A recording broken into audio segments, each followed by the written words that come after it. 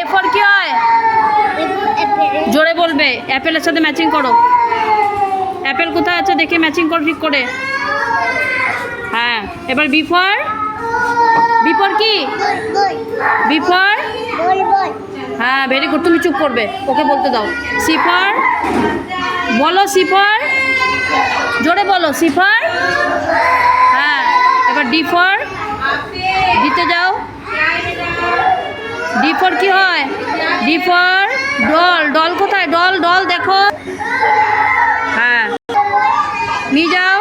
হ্যাঁ, মুখে একটু জোরে বলো। এফ ফর কি হবে? দেখো তো এফ ফর কি আছে? F for very good. তারপরে জি ফর কি হবে? জিতে কি হবে? জি ফর টানো। হ্যাঁ, জি ফর